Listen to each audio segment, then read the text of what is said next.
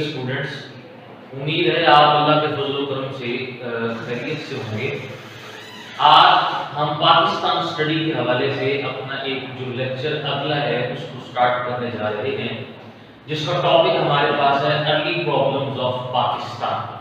جس کو ہم اردو میں پڑھتے ہیں کہ پاکستان کے ابتدائی مسائل۔ اب ارلی پرابلمز ہمارے پاس جو ڈسکس کرتے ہیں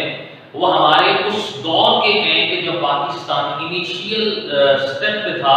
اور پاکستان 1947 میں ابھی آزاد ہوا تھا۔ سو آزاد ہونے کے فوری بعد جو پاکستان کو درپیش ابتدائی مسائل تھے، ہم نے آج ان کا تذکرہ کرنا ہے۔ اگر اوور آل اس کو ڈسکس کیا جائے تو پاکستان کے ابتدائی مسائل کے اندر بہت سارے مسائل ایسے تھے جو جنم لیا جنہوں نے، اور جن کے سولوشن کے لیے ایٹ دیٹ ٹائم ہمیں بہت ساری ایفرٹ کرنی پڑی، ایون کہ ہمارے فور فادرز کو سیکریفائس کرنا پڑا ڈفرنٹ ڈائمینشنز کے اندر۔ لیکن آپ کے اس سلیبس کے اندر پاکستان اسٹڈی کے پیج نمبر 33 کے اوپر ارلی پرابلمز کے پوائنٹ آف ویو سے جسٹ 7 جو پرابلمز ہیں ان کو ڈسکس کیا گیا ہے according to the limitations and according to the intellectual position of the students. So on the base of that ہم ان 7 different points کو different parameters کے ساتھ اور facts and figures کے ساتھ ہم ان کو ڈسکس کریں گے، اور اس کی بنیاد پر ہم یہ انالیسس کریں گے کہ پاکستان کو ایٹ دیٹ ٹائم کون سے درپیش مسائل تھے جن سے ہر ایک جو مائگریشن کر کے آنے والا جو مسلمان ہے اور جو پاکستان کے اندر ریزیڈنٹ تھا، دونوں کو کون کون سے مسائل ہے ان کو فیس کرنا پڑا اس میں سے۔ سو پاکستان کے ابتدائی مسائل کے اندر ہمارے پاس جو پہلا پرابلم ہمارے پاس آ رہا ہے وہ ہے ریڈ کلف ایوارڈ کا۔ اب ریڈ کلف ایوارڈ ایک نامینیشن ہے ہمارے پاس، ایک نام ہے جس سے منسوب کیا جاتا ہے ایک برٹش لائر ایکسپرٹ تھے جس کو ہم نام دیتے ہیں ریڈ کلف کا، جن کو ایز اے نیوٹرل رول کے لیے سب کانٹیننٹ کے اندر سے جو ہمارے لاسٹ وائسرائے تھے لارڈ ماؤنٹ بیٹن، کہ جنہوں نے ان کو ایک نیوٹرل رول کو پلے کرنے کے لیے اور پنجاب اور بنگال دونوں کی جیوگرافیکلی ڈسٹریبیوشن کے لیے بلوایا تھا ایٹ دیٹ ٹائم، اور جن کو یہ کہا تھا کہ ایک تھرڈ پارٹی کی حیثیت سے بھی فل اینڈ فائنل اتھارٹی شامل ہے کہ وہ جہاں سے پاکستان کی اور ہندوستان کی دونوں کے ڈویژن کریں گے تو اس پہ نہ پاکستان کو اعتراض ہوگا نہ ہندوستان کو اعتراض ہوگا۔ سو دونوں پوزیشنز کے اندر ہمارے لیے ریڈ کلف ایوارڈ جو ہے ایٹ دیٹ ٹائم اس کے ذریعے سے ڈسٹریبیوشن ہوئی۔ اس ڈسٹریبیوشن کے ڈفرنٹ اگر پیرامیٹرز کو بھی اگر ہم آبزرو کریں گے تو اس میں ہم نام دیتے ہیں لائک وائز کے مختلف جو پنجاب اور بنگال دونوں کے جو جسٹس تھے، جس میں سے لائک وائز ہم کہتے ہیں جسٹس تیجا سنگھ تھے، جسٹس سی سی بسواس تھے، جسٹس بی اے مکھرجی تھے، جسٹس محمد منیر تھے۔ سو ایسی جتنی شخصیات تھیں ان کو بھی پنجاب اور بنگال کے ڈویژن کے لیے فائنلائز کیا گیا تھا اسی پینل کے تحت، اسی کمیشن کے تحت۔ تو ریڈ کلف ایوارڈ سے مراد ہمارے پاس وہ ایوارڈ ہے، ہمارے پاس وہ پیرامیٹرز ہیں کہ جن کے تحت جیوگرافیکلی پنجاب اور بنگال کے ساتھ ساتھ پورے کے پورے جو سب کانٹیننٹ ہے اس کی ڈویژن کی گئی تھی اس میں سے۔ اسی لیے ریڈ کلف نے جتنی زیادہ ایفرٹس ایٹ دیٹ ٹائم اس کو کی، اور اس کے علاوہ بھی بہت سارے ایسے پرابلمز تھے جس کے اندر وہ باعث رہا۔ سو اس کی بنیاد پر ہمارے پاس ہم اس کو نام دیتے ہیں کہ ریڈ کلف ایوارڈ اس کو کہا جاتا ہے۔ بعد میں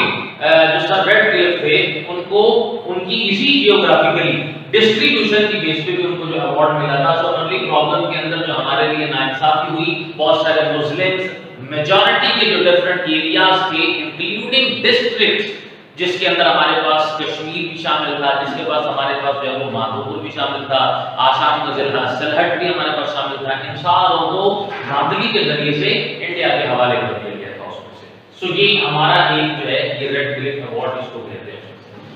سیکنڈ ہمارے پاس پوائنٹ ہے جی سیٹلمنٹ آف مائگرنٹس، جس کو اردو میں ہم نام دیتے ہیں مہاجرین کی آباد کاری۔ سو مہاجرین کی آباد کاری کے اندر ہمارے پاس وہ تمام مسلمان ہیں جو مائگریٹ کر کے آ رہے تھے انڈیا کی جانب سے، اور جن کی عدم موجودگی میں یا ہجرت کر جانے کے بعد ان کے گھروں کو جلا دیا گیا تھا، جن کے لیے رستوں کے اندر بہت ساری پرابلمز کو کریٹ کیا گیا، اور قتل عام ان کا جو ہے وہ کیا گیا. سو ان مائگریٹس کو یہاں پر سیٹل کرنے کے اندر ہمارے لیے بہت سارے پرابلمس تھے. لائک وائز انہیں رہنے کے لیے چھت چاہیے, انہیں میڈیکیشن کی ضرورت تھی,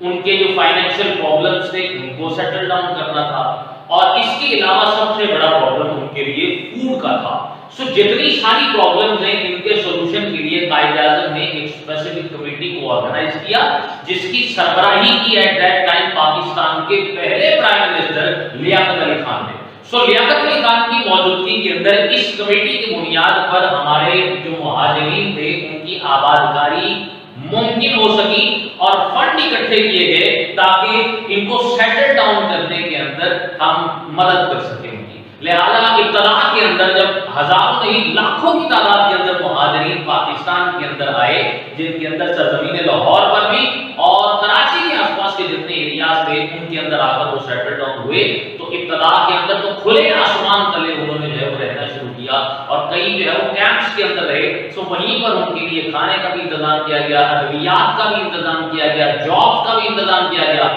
گھروں کا بھی انتظام کیا گیا. بعد کے اندر کہ وہ جتنے ڈاکومنٹس اپنے لائے تھے اس کی بنیاد پر ان کو یہاں پر گھر الاٹ کیے گئے سرکاری زمینوں کے اوپر. سو مہاجرین کی آبادکاری کا پرابلم جو ہے یہ رفتہ رفتہ ایک حل ہو گیا تھا. اس میں سے دو پرابلم ہمارے پاس ہو گئے. تھرڈ ہمارے پاس جو پرابلم تھا جس کا سولوشن ہمارے پاس آتا ہے وہ ہے ایڈمنسٹریٹو پرابلمز ہے ہمارے پاس, جس کو ہم نام دیتے ہیں انتظامی مشکلات تھی کہ مینجمنٹ کے پوائنٹ آف ویو سے دفاتر کے اندر جو ہمارے پاس معاملات تھے ان کو سیٹل ڈاؤن ہونے کیسے کرنا ہے. دیکھیے ہندوز جب یہاں سے گئے تو جانے سے پہلے جتنا انفراسٹرکچر ہمارے پاس موجود تھا, ایون کہ جو ٹیبلز تھے, جو چیئرز تھیں, ان سب کو وہ جلا کرتے تھے. ریکارڈ سارا جو ہے وہ انہوں نے جلا دیا تھا. سو جلا دینے کی صورت کے اندر ہمیں اس کو مینٹین بھی کرنا تھا. ہمیں یہاں پر آبادکاری کے اعتبار سے جتنے افراد وہاں سے مائگریٹ ہو کے آ رہے تھے ان کو سیٹل ڈاؤن کرنے کے لیے ان کا یہ بھی دیکھنا تھا کہ کتنی پرسنٹیج کے ساتھ جو ہے وہ جو لوگ یہاں پر آ رہے ہیں. سو ایڈمنسٹریٹو کے اندر ایون کے سول سروسز کے اندر پاکستان کے حصے کے اندر جو ٹوٹل آنے والے جو افراد ہیں, جو آفیسرز تھے ایٹ دیٹ ٹائم, ان کی جو اسٹرینتھ تھی وہ صرف اور صرف 81 تھی جو پاکستان کے حصے کے اندر آئے. سو انتظامی مسائل کے اندر ہمارے لیے کافی زیادہ معاملات اور مشکلات ہمارے لیے درپیش رہی ہیں. ان کے سولوشن کے لیے ہم نے کافی ایفرٹ بھی اس کو دی. سو انتظامی مسائل کے اندر ہمارے پاس یہ بھی ہے کہ دفاتر کے اندر جتنے معاملات تھے ان کو سیٹل ڈاؤن بھی کرنا تھا. مثال کے طور پر مختلف جو ہاسپٹلس تھے ان کے اندر بھی اسٹاف کی ضرورت ہے. مینجمنٹ کے حوالے سے بھی جتنا اسٹاف ہمیں درکار تھا اس کے حوالے سے ہمیں کافی زیادہ مسائل جو ہے وہ ہمیں اس کی سامنا کرنا پڑا. چوتھا معاملہ ہمارے پاس ہے جی اکنامک جو پرابلمز ہیں جس کو ہم نام دیتے ہیں معاشی مشکلات کا. اب معاشی مشکلات کے لیے ایٹ دیٹ ٹائم کہتے ہیں کہ پاکستان جب انیشیل سٹیپ پہ تھا تو اس ٹائم پہ فائنانس کو اکٹھا کرنا, فائنانس کو سیٹل ڈاؤن کرنا ہمارے لیے کافی زیادہ دقت والا کام تھا. مثال کے طور پر میں اس کی ایک ایگزامپل آپ کو دیتا ہوں کہ ایٹ دیٹ ٹائم ہمارے پاس تقریباً 494 ہمارے پاس ڈفرنٹ جو کارخانے تھے جو کہ پورے سب کانٹیننٹ کے اندر جو ہے وہ کام کر رہے تھے, لیکن پاکستان کے اندر حصے کے اندر صرف اور صرف 14 آئے. اس حساب سے 487 ہمارے پاس ڈفرنٹ بینکس تھے جن کے اندر سے ہمارے پاس جو بینکس کے اندر آنے والی جو تعداد ہے وہ تقریباً ہمارے پاس 81 تھی. اس کے علاوہ ہمارے پاس کچھ بھی اور سلسلہ نہیں رہا تھا ان سے. اچھا یہ ریزن ہمارے پاس معاشی مشکلات کے اندر بھی یہ پرابلمس کافی رہتے تھے. تو برانچز میں سے اس طریقے سے ہیں. اس کے علاوہ ریزرو بینک آف انڈیا کے پاس جو اماؤنٹ ایٹ دیٹ ٹائم موجود تھی ہمارے پاس 4 بلین کے قریب تھی, جس میں سے ہمارے پاس تقریباً 700 بلین روپیز آئے تھے, جن میں سے ہمیں وہ بھی پراپر فارم کے اندر جو وہ مل نہیں پائے, وہ ایسا نہیں آ سکے. تو پاکستان کو ایٹ دیٹ ٹائم اپنے پاؤں پر کھڑا ہونے کے لیے بہت سارے مسائل اس طریقے سے ان کا سامنا کرنا پڑا. ان میں سے ایک سب سے جو بڑا پرابلم تھا وہ ہمارے پاس فائنانس کا بھی تھا, جس کو سیٹل ڈاؤن کرنے کے لیے قائد اعظم نے پاکستان کے مارجہ وجود کے اندر آنے کے فوری بعد طور پر بھی یہ اناؤنس کیا تھا کہ فنڈ ریزنگ کے ذریعے سے ہم ملک پاکستان کی جو معیشت ہے اس کو مستحکم کرنے کے لیے پوری جو ہے وہ کوشش کریں گے. اور ایسی سچویشن کے اندر پاکستان کے اندر پہلے سے جو لوگ سیٹل ڈاؤن تھے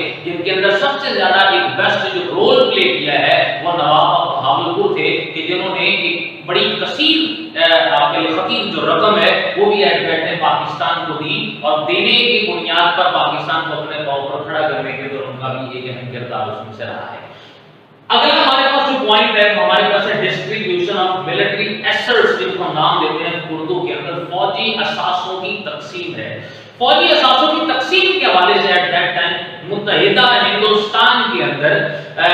جو فوج کا جو سربراہ تھا اس کی یہ رائے تھی کہ کنٹریز دونوں الگ الگ ہوتے ہیں لیکن فوج کو ایک رہنا چاہیے، لیکن اس کی اس بات کو اتنا زیادہ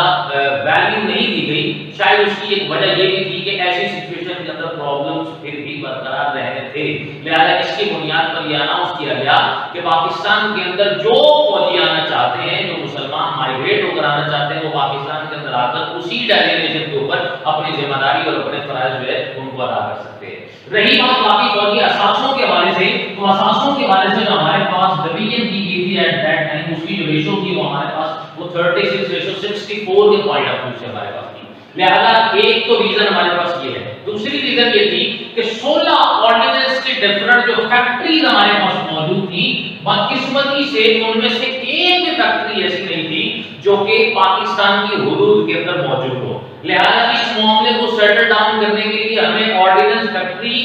انڈیا کی جانب سے ملی نہیں ہے، لیکن بدلے میں اس بات کا وعدہ ضرور کیا گیا کہ ہم 60 ملین روپیز جو ہے وہ پے کریں گے پاکستان کو، تاکہ اس اماؤنٹ کی بنیاد پر وہ اپنی جیوگرافیکل جورسڈکشن کے اندر 60 ملین روپیز سے وہ اپنی ایک آرڈیننس فیکٹری کو لگا سکے۔ لیکن المیہ ہمارے پاس یہ ہے فوجی اثاثوں کی تقسیم کے اندر 60 ملین روپیز بھی ہمیں آج تک وہ مل نہیں سکے۔ قائد اعظم نے لیکن پاکستان کے بننے کے فوری بعد آرڈیننس فیکٹری جو ہے اس کو لگانے کا حکم دے دیا تھا، بیکاز وہ جانتے تھے کہ آنے والے دنوں میں ہمیں ملٹری انسٹرومنٹس کی ہمیں بہت زیادہ ضرورت پڑے گی۔ شاید اس کی ریزن یہ بھی ہے کہ انڈیا کسی بھی ٹائم پاکستان کو پھر بھی اس کے اوپر جو ہے وہ قبضہ کر سکتا ہے، اور ابھی جس کروشل سچویشن میں ہم ہیں تو ہمارے لیے جتنا جلدی ہو سکتا ہے ہم ایک آرڈیننس فیکٹری کو لگائیں گے اس میں سے۔ اس کے بعد ہمارے پاس اگلا پرابلم ہے ایگریکلچرل پرابلم، جس کو ہم نام دیتے ہیں جی اردو میں زرعی مشکلات کا۔ اب زرعی مشکلات کے اندر ہمارے پاس کیا ہے؟ دیکھیے پاکستان ایک ایگریرین کنٹری ہے، پاکستان کی اکانومی زیادہ تر جو بیس کر رہی ہے مور دین 60% ایون ابھی بھی وہ ایگریکلچر کے اوپر بیس کرتی ہے۔